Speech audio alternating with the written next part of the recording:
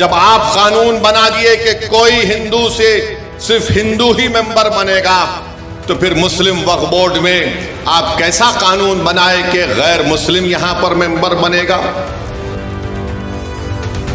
ارے اگر بودھ گایا میں صرف ہندو اور بودھ اس کے ممبر بن سکتے ہیں تو پھر بہار کے وقف بورڈ میں کیسے کوئی غیر مسلم ممبر بن سکتا ہے؟ بتاؤ ہم کو۔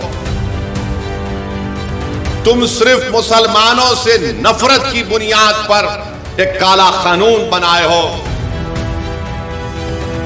مجھے افسوس ہے اس بات کا کہ نتیش کمار، چراغ پاسوان، کشواہا صاحب، چندرا بابو نائیڈو، جینت چودھری، کمارا سوامی نے اس کالے قانون کی تائید کی۔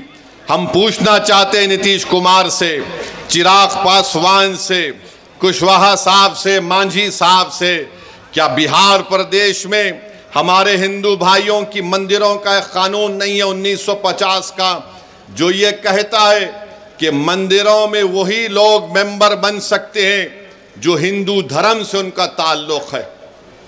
جب آپ کے لیے کوئی بات اچھی ہے تو پھر مسلمان دھرم کے وقف بورڈ میں آپ کیسے کسی غیر مسلم کو ممبر بنائیں گے؟ جب آپ قانون بنا دیے کہ کوئی ہندو سے صرف ہندو ہی ممبر بنے گا تو پھر مسلم وقف بورڈ میں آپ کیسا قانون بنائے کہ غیر مسلم یہاں پر ممبر بنے گا؟ بنانے کی وجہ کیا ہے ہم کو بتاؤ آپ، مگر وجہ نہیں بتاتے ہیں۔ ارے اگر بودھ گایا میں صرف ہندو اور بودھ اس کے ممبر بن سکتے ہیں تو پھر بہار کے وقف بورڈ میں کیسے کوئی غیر مسلم ممبر بن سکتا ہے؟ بتاؤ ہم کو، سمجھاؤ ہم کو۔ تم سمجھا نہیں سکتے، تمہارے پاس کوئی دلیل نہیں ہے، تم صرف مسلمانوں سے نفرت کی بنیاد پر ایک کالا قانون بنائے ہو۔